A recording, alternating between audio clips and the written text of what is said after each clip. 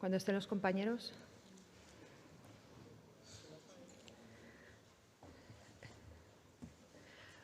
Bueno, buenos días, ministro.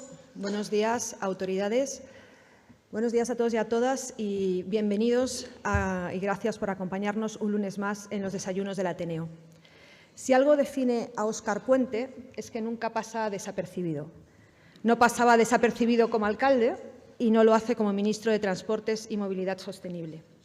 Gobernó Valladolid entre 2015 y 2023. Arrebató la plaza al PP y dio la vuelta a la ciudad con carriles bici, zonas peatonales, atrajo inversiones y mejoró la situación financiera del ayuntamiento. Óscar Puente aprendió política en terreno hostil para un socialista y eso se nota, no rehúye el choque, lo busca cuando cree que le conviene. Tiene además pasado de actor, que no es cosa menor, es cosa mayor, como diría Mariano Rajoy. Hay en su manera de intervenir un sentido del ritmo, del golpe de efecto y del remate que no es casual. Maneja la escena, mide la pausa y sabe cuándo tensar la cuerda. Le funciona muchas veces, aunque algunas, creo, alimenta la polarización que dice combatir. Su consagración nacional llegó en el debate de investidura de 2023, cuando se convirtió en el ariete frente a Alberto Núñez Feijóo. Allí soltó el ya célebre de ganador a ganador. La frase era pura provocación envuelta en argumento. Él había ganado en su ciudad, Feijóo en España, pero sin mayoría para gobernar. En unos segundos resumió lo que es la aritmética parlamentaria y el tono de la legislatura. Pero la política no siempre es dialéctica. El accidente ferroviario en Adamuz le ha obligado a cambiar de registro.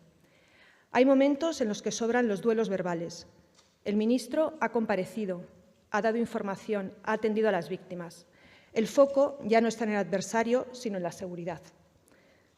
De momento, nadie ha asumido responsabilidades políticas en forma de dimisión. Y ahí se abre un debate incómodo, pero necesario. ¿La responsabilidad política tiene que ser solo jurídica o técnica o tiene que ser también ética? Porque en España rara vez es automática. Además, Puente no dirige un ministerio fácil. José Luis Ábalos, antecesor y compañero de partido, está hoy en la cárcel. Ese pasado eleva todavía más el listón de la exigencia. Tiene que blindar la credibilidad de la institución y demostrar que España sí funciona y no se cae a pedazos, como dice Feijóo. Este es el terreno pantanoso sobre el que camina Óscar Puente estos años. El ministro no deja a nadie indiferente y estoy segura de que tampoco lo hará. Solo una cosa más, todos los ateneístas y los compañeros de la prensa que están cubriendo el acto podrán plantear preguntas que recogerán y después planteará en el último tramo de la entrevista Esther Palomera. Gracias.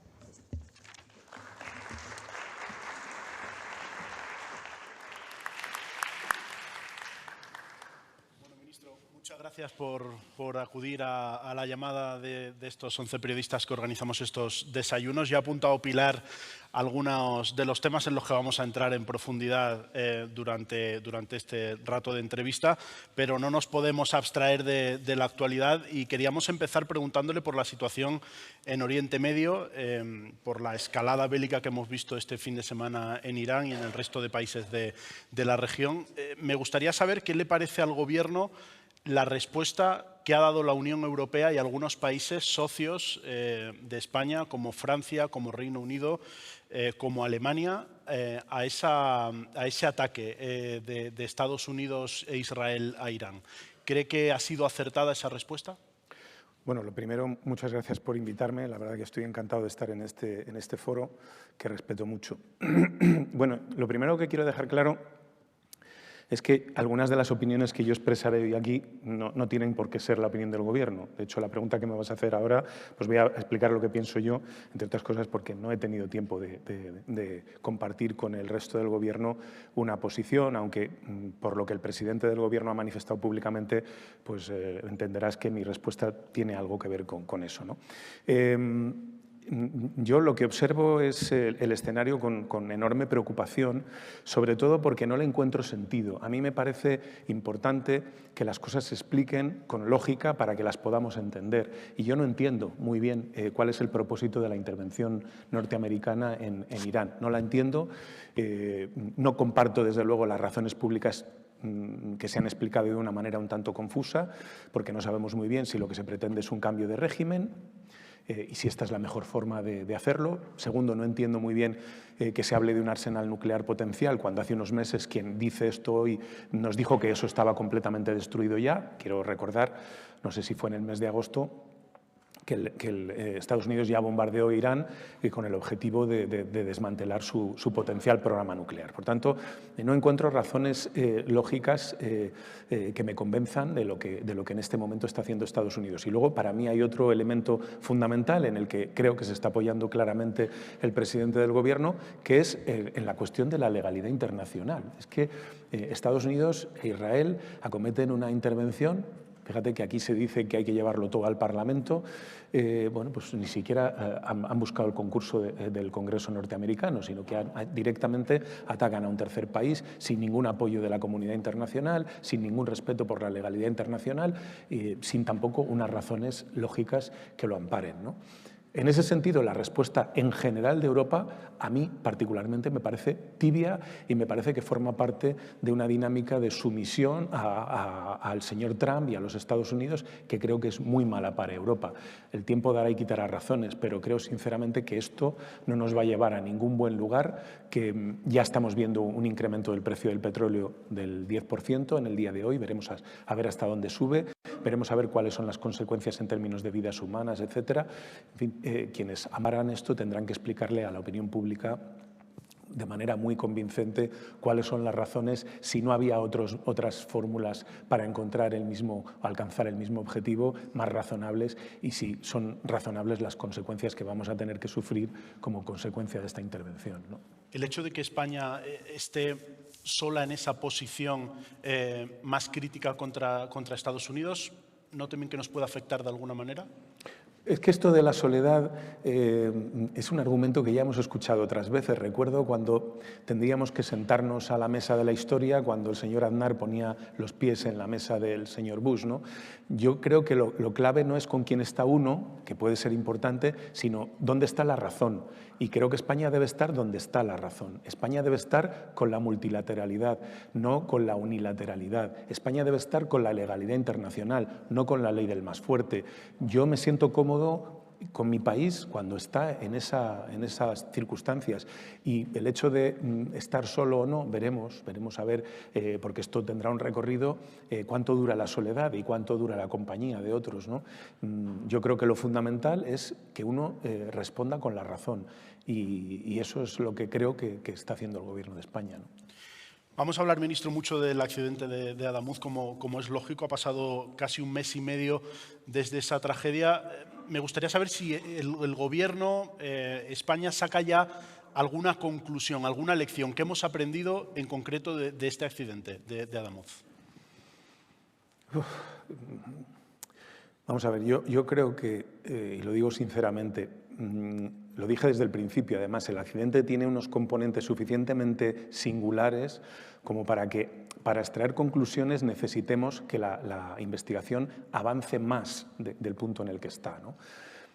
Ahora mismo la tesis digamos que más fuerza tiene, porque es además por la que públicamente ha apostado la CIAF, es la de un posible defecto en la soldadura, no sabemos si en el carril, y a partir de ahí habrá que ver qué es lo que ha pasado, si se ha ejecutado mal, si se ha supervisado mal, ambas cosas o ninguna de las dos. Es decir, este es un tema tremendamente técnico. En España se producen más de 100 roturas de carril al año, sin consecuencias. En Europa, en torno a 3.000, ¿no? No es un tema sencillo. De hecho, bueno, pues ahí, lo he comentado en las comparecencias públicas que he hecho, hay grupos de investigación en este momento, impulsados por la Agencia Europea del Ferrocarril, que se están dedicando a investigar mecanismos de detección temprana de las roturas de carril o de este tipo de eventos que nos permitan anticipar mejor que un carril va a romper, ¿no? En este caso concreto, además, bueno, pues todas las mediciones que se han hecho, al menos con los parámetros de seguridad que están en este momento establecidos, no nos avisan de que hubiera ninguna alarma que permitiera deducir que eso se iba a producir, ni siquiera el mismo día de los hechos, ¿no? Es verdad que sí que hay algunas Y ahí es donde quizá tengamos que extraer conclusiones o podamos extraer alguna conclusión en este momento. Quizá los márgenes de seguridad haya que variarlos. Es decir, porque sí que es verdad que en algunas mediciones se detecta alguna pequeña variación que con los márgenes de seguridad actuales no anima a actuar, pero quizá eso es lo que primero haya que revisar. También digo, si eso se revisara, es decir, si los márgenes de seguridad, por ejemplo, las mediciones de las velocidades laterales de un tren al paso por un punto se redujeran, los márgenes de seguridad, entraríamos en una dinámica en la que la infraestructura tendría que ser revisada prácticamente casi diariamente en todos sus puntos, y eso no es asumible, ¿no? Por tanto, tenemos que avanzar, tenemos que ir despejando incógnitas y a partir de ahí establecer las conclusiones que sean posibles, ¿no? No hay entonces por ahora ninguna novedad en la investigación que está llevando a cabo la CIAF respecto al último informe que usted nos pueda contar, entiendo. No, de hecho yo no tengo información privilegiada respecto a lo que hace la CIAF. La CIAF actúa con total independencia. Mi única conversación con el presidente de la CIAF antes de que empezara todo, ¿no? Unos días después él estaba en Chile, fue para decirle que tenía obviamente toda la independencia del mundo, que pidiera los medios que necesitara y se le iban a facilitar tanto humanos como materiales, presupuestarios, lo que necesitara, y que a partir de ahí él tenía que asumir también su responsabilidad de elaborar una investigación, y no hemos vuelto a hablar, no tengo información de los avances de la CIAF. Ministro, en las últimas semanas ha habido cierta polémica por la decisión de Adif el día 28 de enero, de retirar parte del material que estaba en la zona del accidente. Ha habido un reproche recogido en un escrito de la jueza instructora a Adif. Ustedes han dado ya una versión sobre eso, respondiendo a la propia jueza. Me gustaría saber si, en su opinión, Adif se equivocó al retirar ese material sin tener una autorización expresa de la jueza y de la Guardia Civil. Bueno, me interesa mucho esta pregunta, ¿no? Porque creo que, más que versiones, lo que hay que poner encima de la mesa son hechos y fechas y datos, ¿no? El día 21 de enero, el accidente se produce el día 18, 21, si no recuerdo mal, jueves, la CIAF se retira del lugar de los hechos y afirma que no tiene nada más que hacer en el lugar de los hechos. Y se lo dice a quien le proporciona las pruebas. Lo primero que quiero que todo el mundo sepa es que tanto la CIAF como la Guardia Civil, cuando requieren una prueba del lugar de los hechos, es Adif el que se la proporciona. Piensen que un metro de carril pesa 60 kilos. Ni la CIAF ni la Guardia Civil disponen de maquinaria ni de medios para hacer acopio de ese tipo de pruebas. Por tanto, lo que la CIAF ha requerido se lo ha proporcionado a Adif. La CIAF ha dicho, córtame este trozo de carril, Adif se lo ha proporcionado. Bien, el día 22 se retira también la Guardia Civil, cuando se produce el último levantamiento del último cadáver que quedaba en el lugar de los hechos. También la Guardia Civil se retira sin que tenga ninguna otra prueba que retirar. ¿Qué hace Adif los días 22 y 23, una vez retirada CIAF y Guardia Civil? Hacer acopio de aquellas pruebas que la Guardia Civil y CIAF han descartado, pero que ellos consideran que tienen interés para su propia investigación. Quiero recordar que Adif tiene una obligación legal de hacer su propio informe de esta investigación y proporcionárselo a la justicia. Por tanto, Adif lo que hace es recabar pruebas que para CIAF o para Guardia Civil no se consideraron relevantes. ¿Cuáles son esas pruebas? Esas pruebas no son, digamos, las partes de la infraestructura del lugar del descarrilamiento. Son partes, las más cercanas están a más de 100 metros, las más lejanas a más de 300. ¿Qué es lo que piensa Adif? Adif lo que dice es, vale, lo de la zona del descarrilamiento es interesante, pero también puede serlo contrastar soldaduras de otros cupones que no son del descarrilamiento, pero que pueden darnos información. Pensemos por un momento que no fuera una soldadura la que esté mal. que no fuera la soldadura del carril donde se ha producido el descarrilamiento, sino que también hubiera otras en otros puntos. Eso podría ayudar a la investigación. ¿Qué es lo que hace Adif? Adif levanta un plano, caracteriza las muestras que recoge, las documenta, las fotografía y se las lleva a la base de hornachuelos, es decir, las custodia. No hace una chapuza. ¿Dónde está el error de Adif? A posteriori, probablemente no comunicárselo a la autoridad judicial con carácter inmediato. Pero yo creo, sinceramente, que Adif no ha actuado de mala fe, no ha considerado en ningún momento, como se ha dicho, que se estaba llevando pruebas que son relevantes para la investigación, en la medida en que ni Guardia Civil ni CIAF las han considerado necesarias. Lo que Adif hace de buena fe es llevarse otros elementos que pueden servir de contraste, documentarlos, caracterizarlos y examinarlos.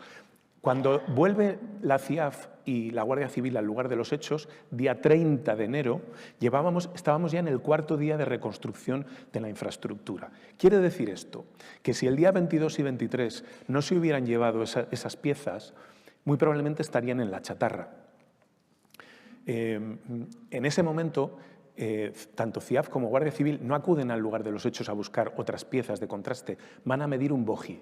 Y es en ese momento en el que dicen, bueno, pues a lo mejor puede ser interesante analizar otras soldaduras que se nos proporcionen, dónde están.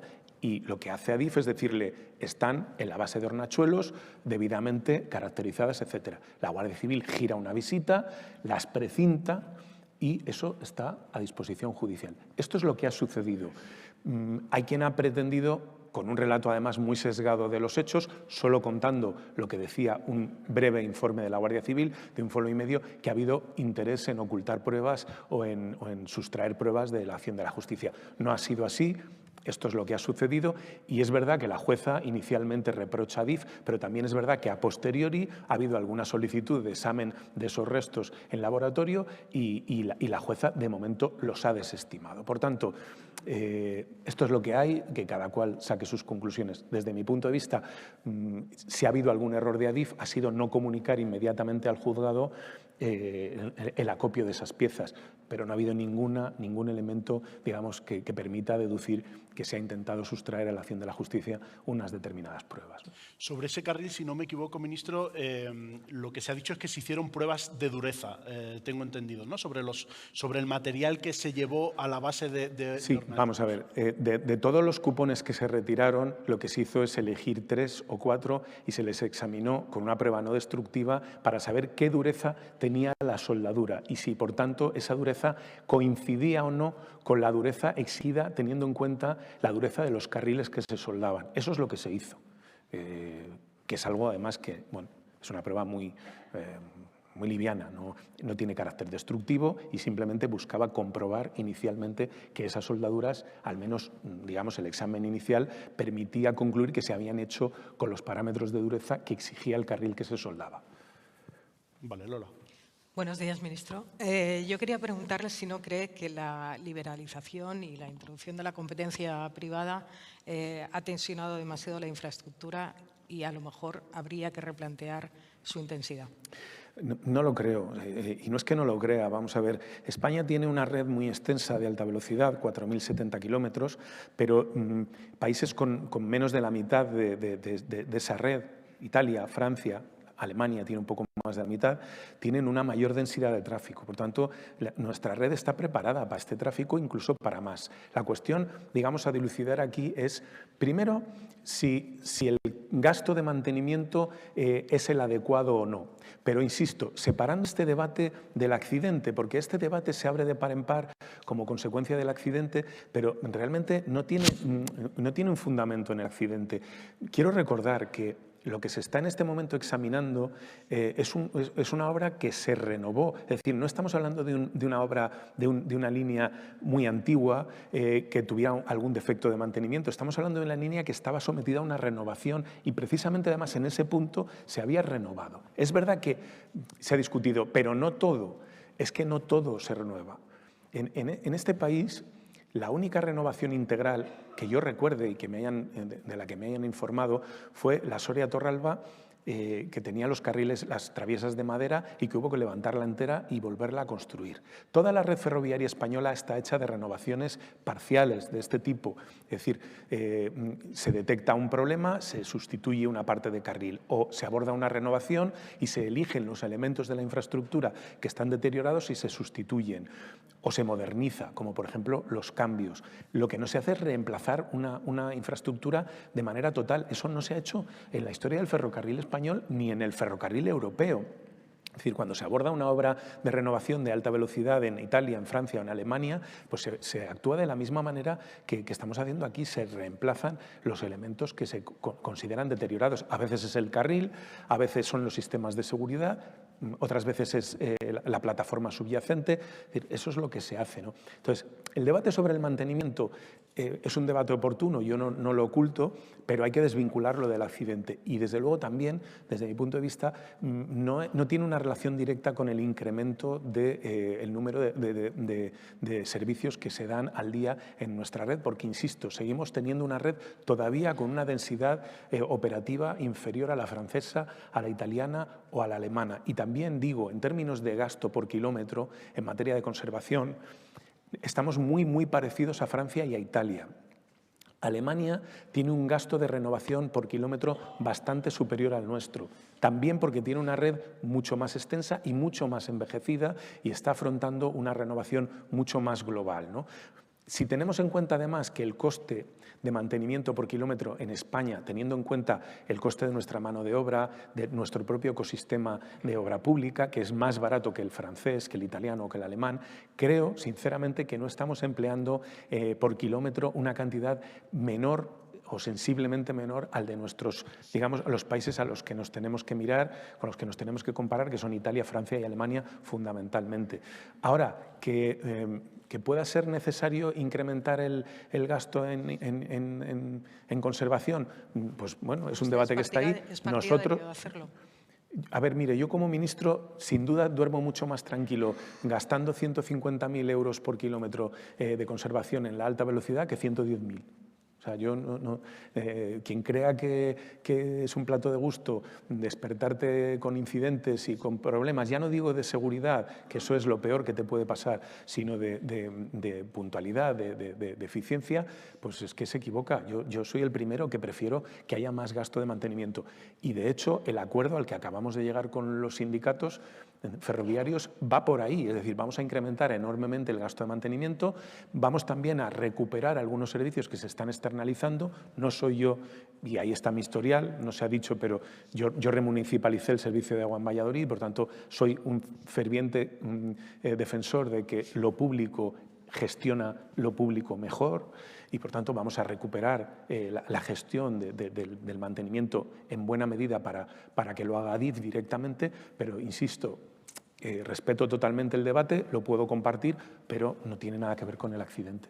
Ya antes del accidente había bastantes quejas, habían surgido bastantes quejas por la calidad del servicio, por la puntualidad, por este tipo de cosas. ¿Qué estaba ocurriendo o qué está ocurriendo? Ahora más, evidentemente, pero ya antes del accidente.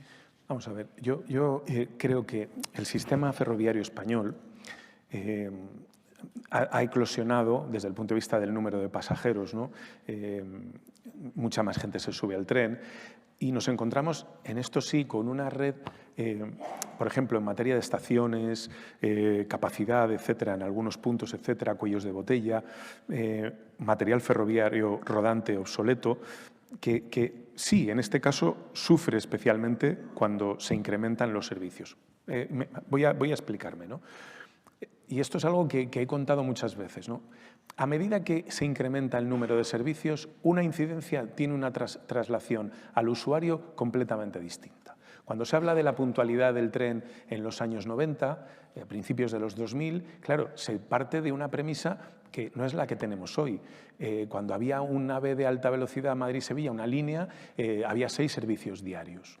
Cuando se producía una incidencia, había un hueco de 2-3 horas entre tren y tren que permitía que eso se resolviera y la afectación era exclusivamente a ese tren. Por otro lado, hablamos de una línea recién estrenada, con un material rodante recién estrenado, y etcétera, ¿no? Hoy En la línea Madrid-Sevilla, en el punto Torrejón de Velasco, pasan 198 trenes al día, no 6, 198. Cuando hay una incidencia en uno, el efecto, digamos, dominó sobre el resto de la circulación es bestial. Es decir, ya no hay una afectación a un tren, hay una afectación a no menos de 10, 15 trenes, con todos los viajeros que van en ellos. Estaciones. Tenemos unas estaciones ahora mismo infradimensionadas. Voy a poner un ejemplo. Chamartín, que estamos a punto de terminar la obra, es una estación que se remodela a partir del año 2018 con un informe, con un estudio informativo que cifraba en 10 millones de pasajeros el número de personas que se iban a mover en esa estación antes de 2040. Hemos cerrado el año pasado con 14 millones de pasajeros en Chamartín. Estos son datos públicos, no me estoy inventando nada. Esto quiere decir que, por ejemplo, durante la obra de Chamartín, cada vez que hemos tenido un problema, la repercusión ha sido brutal. Atocha es otra estación infradimensionada. Estamos construyendo otra Atocha, una Atocha soterrada en este momento, que es la pasante de Atocha, que nos va a permitir descongestionar. Pero ahora mismo en Atocha no digo que haya incidencias, simplemente con un retraso de 5 o 10 minutos en algunos momentos en un tren se nos monta un tumulto en la estación porque no tiene dimensión. Tenemos muchas veces salidas a la vez de un Ouigo, que son trenes de doble piso, un AVE en doble composición, es decir, 2 trenes juntos, un 106 hablo que tiene 580 plazas. Es decir, podemos tener en 10-15 minutos 5.000, 6.000 personas acumuladas para hacer una salida en un momento determinado. Con un retraso de 5 minutos, la sensación que se produce en la estación es de caos, ¿no? Pongo un ejemplo. En Alemania, una estación de una ciudad de tamaño medio como Leipzig tiene 32 vías. Chamartín, después de la obra de ampliación, tiene 26. Chamartín, es decir, tenemos una red que en algunos aspectos tiene problemas. Santa Justa los tiene. Hemos tenido que cambiar las radioscopias, los accesos, porque se nos montaba un tumulto dentro de la estación, porque tiene una dimensión pues muy limitada para el tráfico que tiene, ¿no? Entonces, y luego, por último, el material rodante. Tenemos unos trenes, el más nuevo era de 2008. El que ha llegado nuevo, el 106, pues todo el mundo sabe el resultado que ha dado, el confort de marcha que da, es un tren que vibra muchísimo, que nos ha dado problemas hasta con los bogies en la Madrid-Barcelona, los hemos tenido que retirar. Es decir, tenemos un material rodante muy obsoleto y el nuevo, en su etapa de juventud, nos está dando muchos problemas. Todo esto unido pues produce esa sensación de que el tren no funciona, de que no hay puntualidad, de que no hay fiabilidad. Pero también digo, aún así, con todos estos elementos, si comparamos los números de nuestra red ferroviaria, en esto sí, en materia de puntualidad y de fiabilidad, con la alemana, con la francesa, con la italiana, estamos por delante. Es decir, nuestras cifras de puntualidad son mejores. Aún así, estamos acostumbrados a un tren que es verdad que tenía menos prestaciones, que es verdad que pues no tenía tanta alta velocidad, pero pues que no tenía este volumen que ahora sí, cada vez que hay un incidente, pues genera muchos problemas y una repercusión muy grande, ¿no? Me temo que donde están acostumbrados a las incidencias son en Rodalies de Cataluña, porque ya lleva muchos años. Hace 2 años que ya el Gobierno central está explicando que se está invirtiendo mucho dinero, que hay muchos miles de millones que se están vertiendo, que va a mejorar. ¿Cuándo cree que el usuario de Rodalies notará cierta mejora? La mejora se tiene que ir notando paulatinamente, ¿no? Pero voy a decir una cosa, ¿no? En este momento en Rodalies tenemos... No hablo de las obras de emergencia, las obras de emergencia como consecuencia de todo el episodio climático que hemos vivido en enero, vamos a dejarlas al margen. En este momento en Rodalies hay 130 obras en marcha en la red. Yo cuando, desde la política catalana, ¿no?, bien sea Esquerra, bien sea Junts, otras formaciones, se nos traslada que no se ha invertido, que se ha abandonado la infraestructura durante X años, yo les digo, ahora díganme, ¿dónde harían ustedes una obra que no se esté haciendo? Así de sencillo. Dígame dónde. ¿Dónde falta? ¿Dónde podemos hacer una obra que no estemos haciendo en este momento? Claro, estos últimos días, como consecuencia de todo el problema que ha habido en relación con la climatología, se ha puesto, por ejemplo, el foco sobre los túneles del Garraf, sobre toda esa zona. No es que no estemos haciendo obra ahí porque no queramos, la obra está no licitada, está contratada, pero es la propia Generalitat la que nos ha pedido que pospongamos la obra hasta que no acabemos alguna de las que están en marcha en otras líneas, en la R4 y en la R3. Y ya hemos acordado que no vamos a esperar, es decir, ahora en marzo empezaremos las obras de los túneles del Garraf, porque no se puede esperar más, ¿no? Por tanto, ahora no hay un problema de que no se esté invirtiendo. Se ha invertido en Rodalies de Cataluña los 2 últimos años 1.200 millones de euros, en 2 años. Estamos al límite de lo que se puede invertir sin dañar más todavía la prestación del servicio. ¿Que ha habido años en los que no se ha invertido? Cierto. ¿Que la red Rodalies es muy compleja y muy antigua y su propio diseño la hace muy vulnerable? Esto no se puede obviar. Es decir, el problema que ha habido en enero como consecuencia de la climatología tiene que ver con años de desinversión, pero también tiene que ver con un diseño que hoy no haríamos. Es decir, no se puede hacer un tren en trinchera durante tanto tramo en zonas rurales, porque al final ese trazado es un candidato firme a que cuando hay una precipitación excesiva se produzcan derrumbamientos. La línea R1 habrá que abrir un debate sobre ella en Cataluña.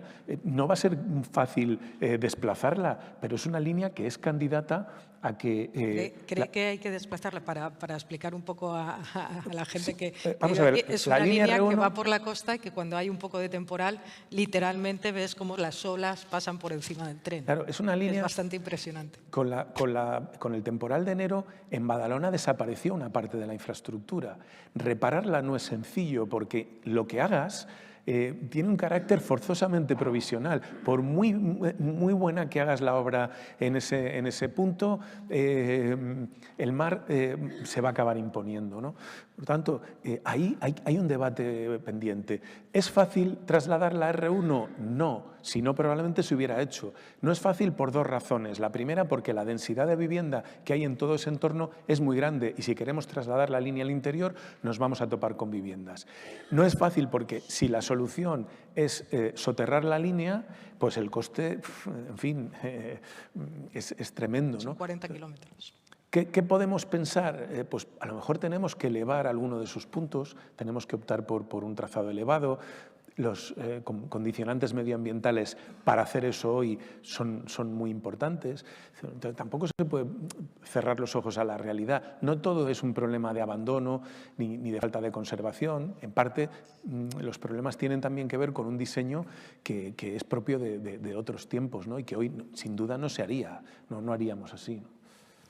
Una última pregunta de momento por mi parte, hablando no de trenes sino de carreteras y hablando de mantenimiento, vuelve el debate sobre si tienen que resurgir los peajes o no para pagar el mantenimiento de las autopistas. ¿Usted cree que eso se tiene que hacer ya? Es un debate oportuno. Un gobierno que está en la última parte del mandato, tomar decisiones tan impopulares como estas, no. Esa es una decisión que debería formar parte de un pacto de Estado. Yo le he propuesto al Partido Popular, en este escenario tan tremendo que tenemos, un pacto de Estado por las infraestructuras. ¿Por qué? Porque en este país hay un discurso cuando se está en la oposición y otro cuando se está en el gobierno. Sí que es verdad que es más intenso en unos casos que en otros, pero aquí no se libra nadie, ¿no? Y claro, no puede ser. O sea, no podemos decir que hay que gastar más en mantenimiento, por ejemplo, del ferrocarril, que hay que gastar más en convencional y menos en alta velocidad. Pero luego el discurso en los territorios es el que es. Es decir, no, yo podría sacar aquí un mapa, creo que un día lo voy a hacer, ¿no?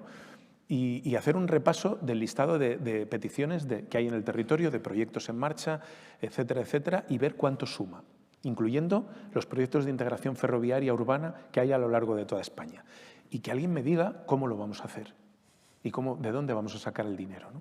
En el caso de las carreteras, estamos ahora mismo en un gasto de conservación que se aproxima por kilómetro a lo que los expertos dicen que es necesario para tener las carreteras adecuadamente conservadas. ¿Cuál es el problema? El problema es que arrastramos un déficit de más de 5.000 millones de euros en lo que son las carreteras del Estado, del Gobierno central, que no vamos a enjugar con esta inversión al año.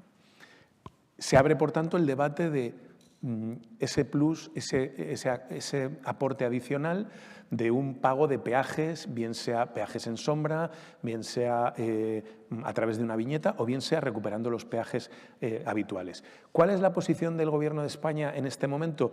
Nosotros no queremos un sistema desigual y entonces lo que hemos hecho es, a medida que han ido venciendo las concesiones que había, ir asumiendo esas autopistas, digamos, para la gestión pública. Yo creo que esa decisión hay que tomarla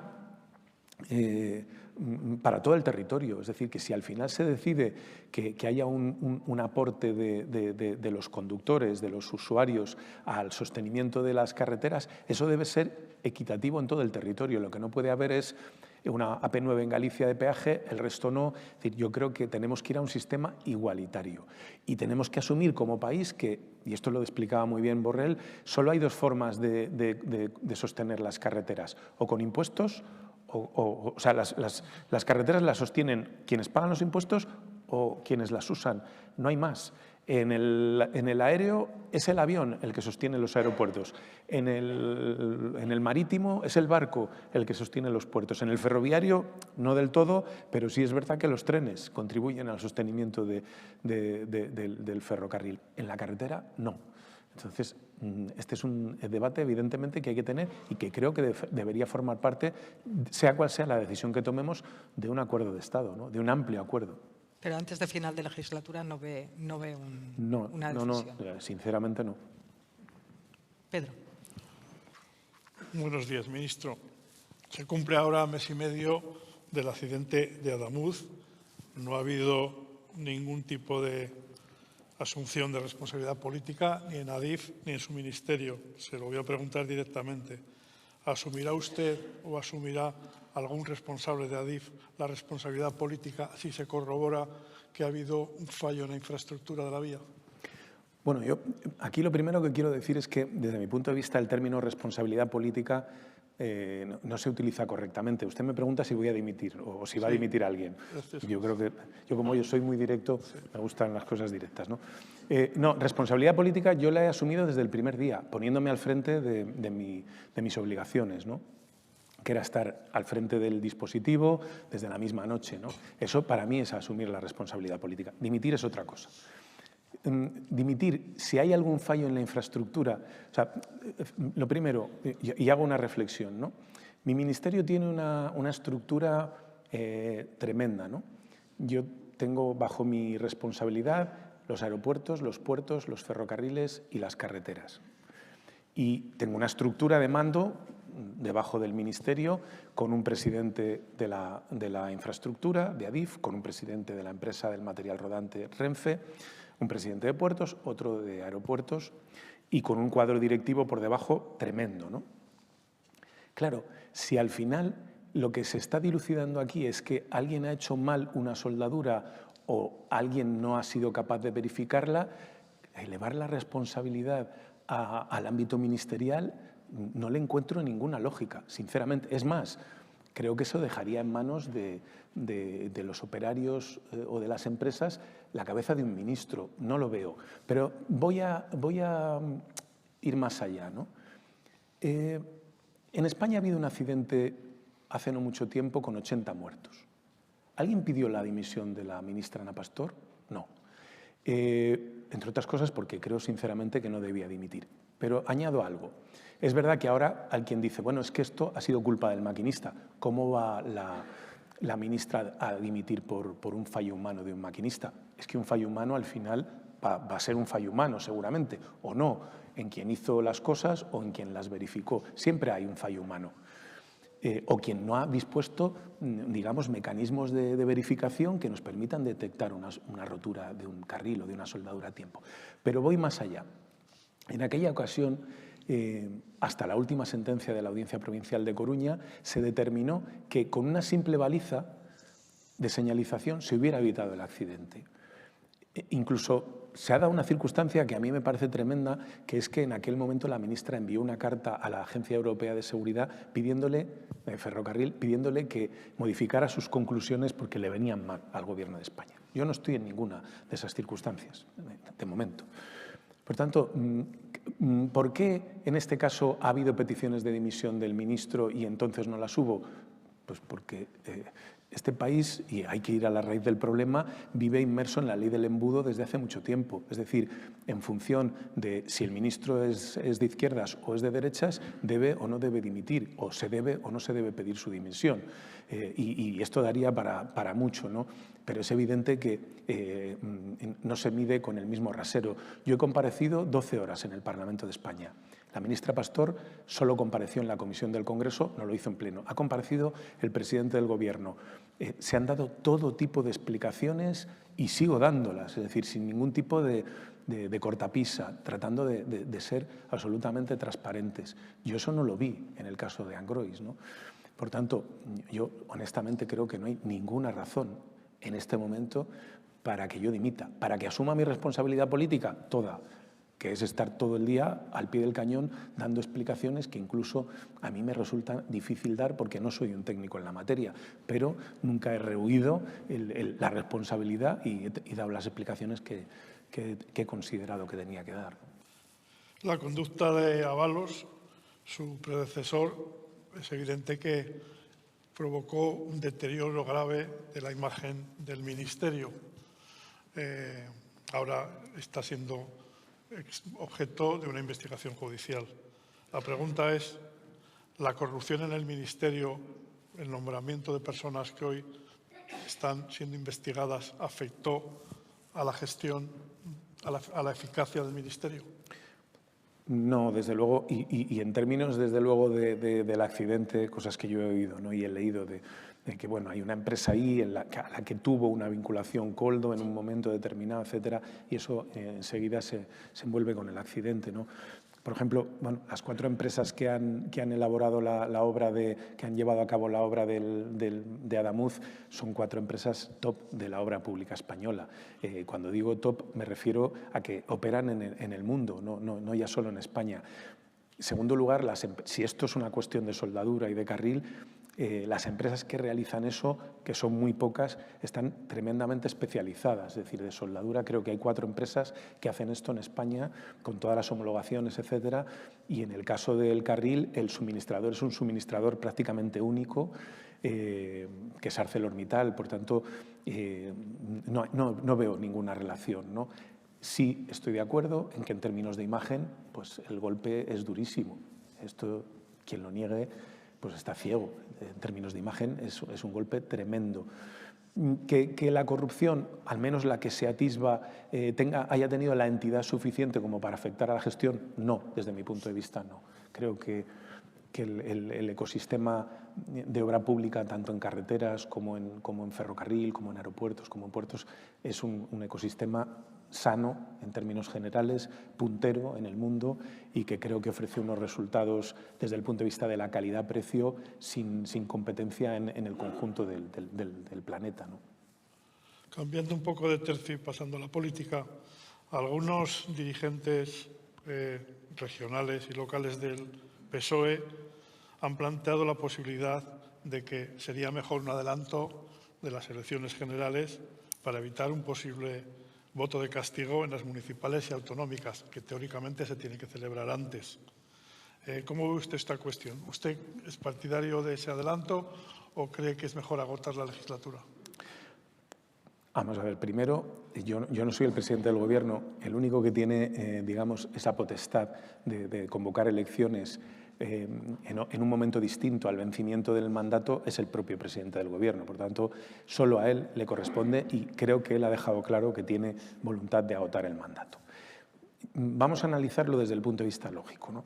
Hay quien dice, no, pues hagamos antes las elecciones generales para evitar el voto de castigo en las autonómicas y municipales.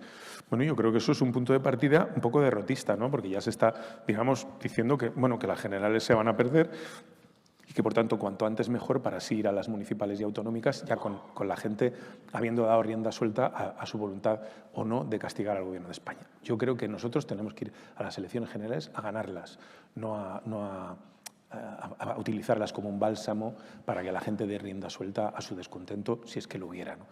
En segundo lugar, no acabo de entender cuál es el razonamiento que pasa porque se vaya a unas elecciones autonómicas y municipales en mejor situación si antes se han perdido unas generales. Yo no lo veo. Es más, lo decía antes en el desayuno, cuando estábamos charlando, yo conozco de casos en los que se ganan las generales después de perder las municipales y las autonómicas. El último, en julio del 23. El contrario, no lo recuerdo. Creo que es muy malo ir a unas elecciones autonómicas y municipales habiendo perdido el poder en el Gobierno. Por tanto, quien haga el razonamiento creo que está obviando eso. Y por último,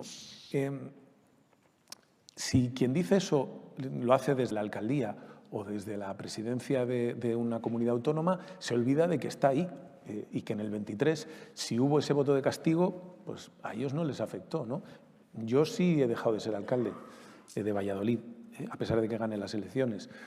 Y no considero que la culpa sea del presidente del Gobierno por no haber convocado antes. Sí creo que el debate nacional afectó, indudablemente. Y creo que sin ese debate nacional probablemente yo no habría dejado de ser alcalde.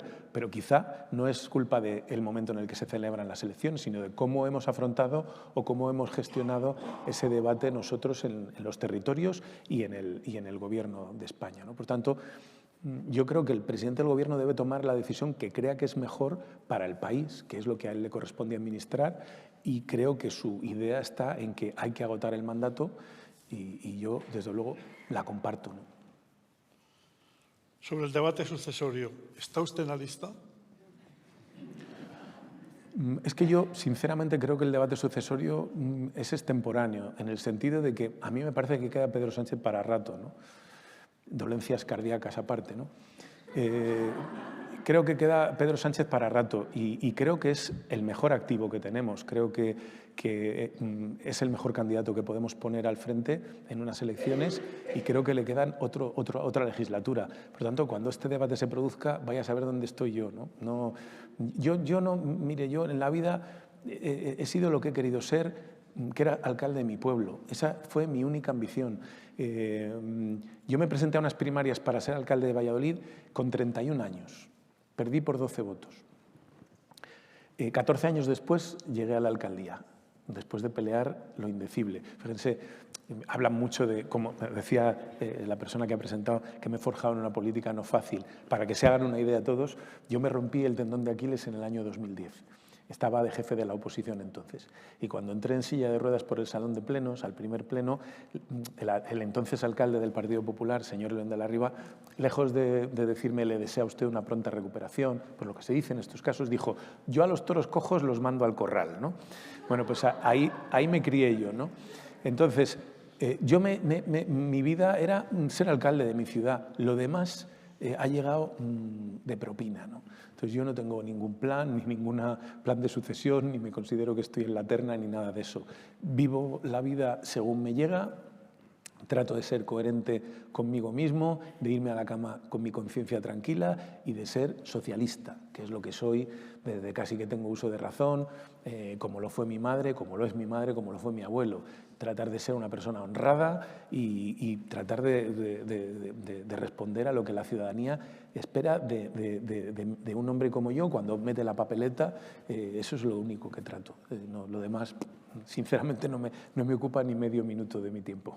No sé si hay tiempo para más preguntas, si hay que pasar ya a las del público o queréis hacer vosotros alguna. Vamos a pasar ya a las del público, pero hay un tema, ministro, que no nos queremos dejar en el tintero también por la actualidad, que es el debate que está habiendo a la izquierda del PSOE. ¿Cómo lo observa usted? ¿Cree que, una pregunta que se está haciendo mucha gente en estos días, Gabriel Rufián puede ser la persona que unifique ese espacio? Bueno, lo observo desde fuera como un debate necesario. Es decir, yo creo que sí hay una coincidencia de que las opciones de un gobierno progresista están en este momento en duda es precisamente porque a la izquierda del Partido Socialista no hay una organización clara que permita unificar o aglutinar el voto y hacer, digamos, que ese voto sea lo más útil posible, ¿no? Por lo tanto, el debate es necesario. No me corresponde a mí decir quién debe encabezarlo. Yo con Gabriel Rufián tengo una excelente relación y no oculto que, en fin, tengo debilidad por Gabriel Rufián por muchas razones, ¿no? Pero no sé si debe ser o no la persona que aglutine. Creo que ahí hay muchas personas muy cualificadas, muy útiles, y yo no creo que sea tan importante quién aglutine, sino que aglutine. Es decir, a mí lo importante es que ese espacio digamos, gire en torno a una idea común, tanto táctica como estratégica. Si eso se produjera, las opciones de revalidar un gobierno progresista y, por tanto, de impedir un gobierno de derecha y de ultraderecha en nuestro país se elevarán de manera probablemente decisiva. Y, por tanto, ¿qué es lo que deseo? Pues les deseo el mayor éxito en esa operación, que se pongan de acuerdo, que sean capaces de encontrar una solución y que le den a aquellos que no quieren votar al Partido Socialista porque no se identifican con sus propuestas, le den de verdad una alternativa sólida por la que apostar y que nos permita sumar para seguir haciendo a este país avanzar, ¿no? Esther.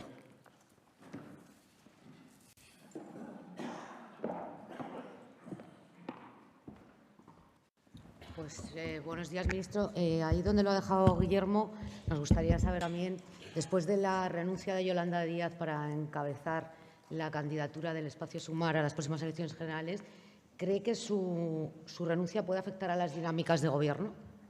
En la medida en que bueno, ella ya no es portavoz de un espacio que está coaligado con el Partido Socialista. No, no lo creo.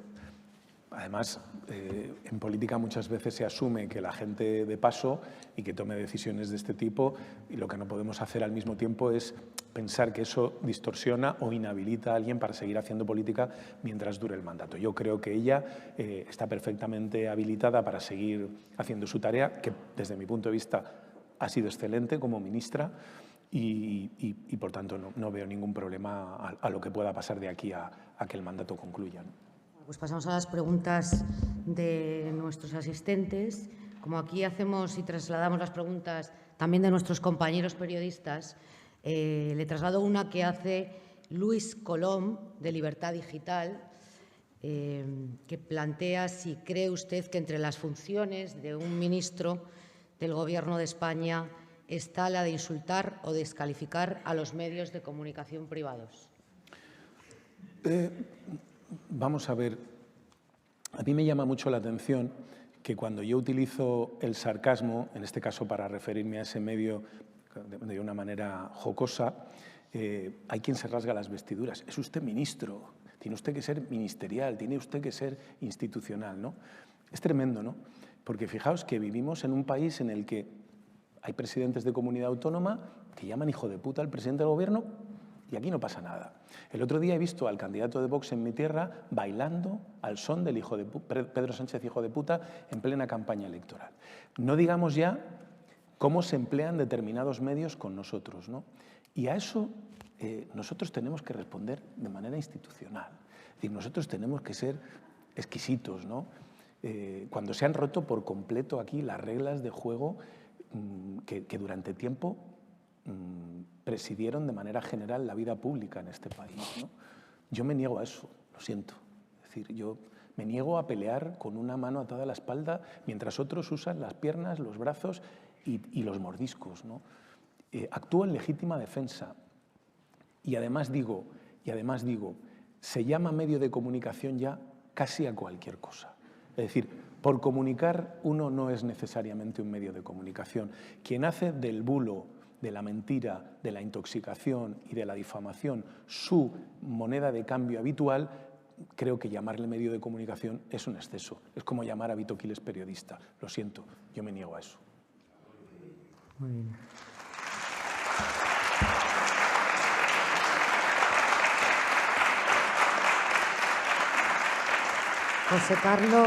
José Carlos Gallego, que es abogado y supongo que ateneísta, le pregunta si considera que la oposición destructiva que está haciendo el Partido Popular le reportará rédito electoral a dicho partido? Bueno, ya en parte le ha reportado. Yo soy de los que dice que el que te vote chapote acabó con muchos alcaldes socialistas, yo uno de ellos, ¿no? Ya le ha reportado beneficios. Lo que no tengo tan claro es que vayan a ser suficientes como para que el señor Feijóo llegue a la Moncloa. Tengo muchas dudas de eso, ¿no? Y lo que es seguro, es que lo que se ha conseguido es que el clima en España sea irrespirable. Eso sí que lo ha conseguido, sin ninguna duda. El daño a la convivencia ya está. Y no sé si es reconducible o si es reparable, ¿no? Pedro González le traslada por qué un pacto de Estado por las infraestructuras y no un pacto de Estado por la gobernabilidad del país. Bueno, no son excluyentes, ¿no? Pero el problema, si intuyo por dónde va la pregunta, si va por un acuerdo PP-PSOE en torno a determinadas cosas relacionadas con la gobernabilidad del país, el problema es que yo creo que hemos llegado a un punto en esto en el que tenemos ideas antagónicas, ¿no? Y es difícil que haya una puesta en común de antagonistas. No creo, sinceramente, que en el tema de las infraestructuras las posiciones sean tan antagónicas. Puede haber una toma de posición ventajista en función de si uno está en un territorio, si uno está en la oposición o en el gobierno, pero de fondo creo que no hay una diferencia tan grande en materia de infraestructuras como para que no hubiera un pacto de Estado. Por ejemplo, no creo que haya una diferencia importante en relación a cómo debe integrarse el tren a su paso por las ciudades. Y no es un tema menor, porque en este momento hay protocolos firmados en España para soterrar el ferrocarril en las ciudades por importe de 40.000 millones de euros con costes sin actualizar, lo cual es inabordable. Creo que sobre eso podría haber un acuerdo. De hecho, teníamos una ley de movilidad sostenible en la que ahí se arbitraban unos porcentajes de participación en ese tipo de obras que al final se cargaron o en parte se rompieron como consecuencia de que por, digamos, ese juego de oportunismo no hubo acuerdo. Pero en el fondo lo hay. Yo creo que es más sencillo un acuerdo por las infraestructuras en nuestro país que un acuerdo por la gobernabilidad en general, ¿no? Javier Fernández Delgado le pregunta al ministro qué debemos hacer para estimular en los jóvenes el interés hacia las políticas de progreso. Bueno, yo es que, no sé, yo creo que el público juvenil siempre ha sido el más difícil para la política, ¿no? Esto no es de hoy, ¿no? Yo recuerdo en mi época, cuando yo empezaba, que yo tenía 31 años y perdí un congreso del PSOE por el voto de Juventudes Socialistas, con un candidato que tenía 50 y pico. Se supone que yo era el que mejor tenía que haber conectado con los jóvenes, pero no lo conseguí, ¿no? Luego, con el tiempo, pues quizá se produjo más esa conexión. Yo creo que depende mucho de coyunturas. Se está intentando todo, se intentan las redes, se intenta entrar en TikTok. No sé, yo creo que el voto juvenil es un voto muy complicado y creo que se está haciendo todo lo que se puede. Quizá el problema es que en general hay un ambiente tóxico que hace muy difícil que cale un mensaje más de fondo, ¿no? Pero el voto juvenil, a mí, si yo tuviera la varita mágica o la fórmula para llegar a los jóvenes, pues no sé. Esta no es del público, pero yo se la traslado aprovechando lo de la pregunta sobre el voto juvenil. ¿Qué tiene que hacer el Partido Socialista para volver a recuperar el voto de las mujeres, que en buena medida les reportó el resultado del 2023 y que parece que en este momento no lo tienen tan asegurado después pues del caso Koldo Ábalos, el caso Salazar, el caso Dao y otros que hemos conocido en los últimos meses? Bueno, yo creo que en general la sociedad debe convencerse de que el machismo está presente en todas partes. Es decir, está presente en el Partido Socialista también, en todas las organizaciones. Por tanto, que el voto femenino se incline por una u otra opción en función de si existen o no casos de machismo en determinadas organizaciones, creo que no, y eso es lo que tenemos que intentar trasladar. Para mí la clave está en cómo se reacciona ante eso y cómo se actúa ante eso. Y creo que el tiempo va poniendo las cosas en su sitio, es decir, cómo actúa el Partido Socialista cuando algún caso de estas características se produce, no tiene nada que ver con cómo actúa las formaciones de derecha. Es decir, para mí hay en este momento sobre la mesa, en esta comunidad autónoma, un caso paradigmático que es el caso del alcalde de Móstoles. Es decir, la forma de comportarse del Partido Popular en este caso es toda una guía de cómo se actúa desde una organización machista. Se le trata de persuadir a la víctima de que no denuncie, se la pone en cuestión en solfa ante los medios de comunicación, se purga a su entorno, no se toma ninguna medida en relación con el presunto acosador. Es decir, no tiene nada que ver con el comportamiento que ha tenido el Partido Socialista en otros casos, y yo creo que las mujeres lo verán. Creo que lo importante son las políticas de fondo. El Partido Socialista está haciendo apuestas muy firmes por la igualdad del hombre y la mujer. La apuesta por el salario mínimo no es una apuesta neutra tampoco desde el punto de vista de la igualdad, porque la mayor parte de quienes cobran un salario mínimo son mujeres. Las medidas en relación con la violencia de género, en fin, con la igualdad en las empresas. El Partido Socialista está desarrollando toda una filosofía de trabajo que tiene que ver con su convicción de que hombre y mujer tienen que estar en pie de igualdad. No creo que eso esté sucediendo en el caso de la derecha, ¿no? Muchas gracias, ministro. Muchas gracias a los socios, a los compañeros periodistas, y recordarles que estaremos con ustedes nuevamente después de Semana Santa, el próximo abril. Gracias a todos.